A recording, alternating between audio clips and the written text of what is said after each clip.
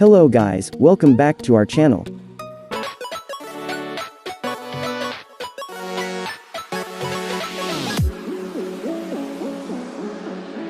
In this video, I'm going to show you how to protect Word document with password.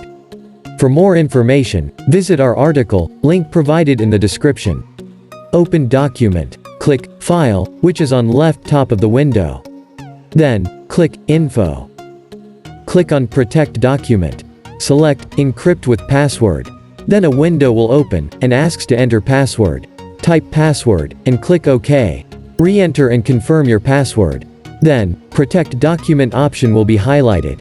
So, that document is protected with password. Now, to remove password, click on Protect Document option and select Encrypt with Password. Then, a window will open, erase password present in the column, and click OK. Hope you liked this tutorial. For more information, visit our article. Link provided in the description.